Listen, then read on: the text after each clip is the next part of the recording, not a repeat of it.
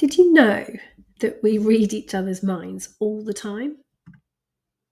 Now, it's actually easy to read people because we all express emotions the same way. According to 50 years plus of research by psychologist Paul Ekman, we all express emotions in the same way. So every human being around the globe expresses the same facial expression for sadness, anger, fear, etc., as every other human on earth. It's hardwired. We also exhibit micro expressions, which are basically smaller versions of these emotions, and they're just displayed for a fraction of a second before we can hide them. And if you have enough sensory acuity, you can learn to spot those micro expressions and really pay attention to what somebody's actually feeling and having a response to what's happening around them. So let's see for yourself here. Notice that you can tell what emotion these people are experiencing. So that first one is anger. The second one, what do you think that is? That's fear. This one usually is very, very quick for people to get. This one is contempt. And this one, is surprise. This one is happiness.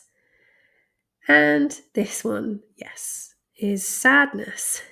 And each one of these facial expressions has a particular cue, particular set of variables that helps you to analyze very quickly why that's an angry expression, why that's a fearful expression. And then you can essentially work out a spectrum to see kind of the levels of fear in somebody. And obviously you'd need a baseline to see what they normally look like and they normally feel like, to notice the differences that indicate changes at the emotional level. So each of those hopefully didn't pose too much difficulty for you. And think about emoticons that we're used to using now on our phones and things. Emoticons are ultimately the boiled down version of the subtle cues that we look for in each facial expression to tell us what that person's feeling. Now, what's really interesting for me about this is that if you can read people's emotions, well, they can read yours as well. So they may not be consciously aware of your thoughts and feelings, but their subconscious mind is mirroring the micro expressions on your face and therefore will feel the feelings those micro expressions create in them. This means that whatever you feel about the person ultimately becomes the feelings they have about you.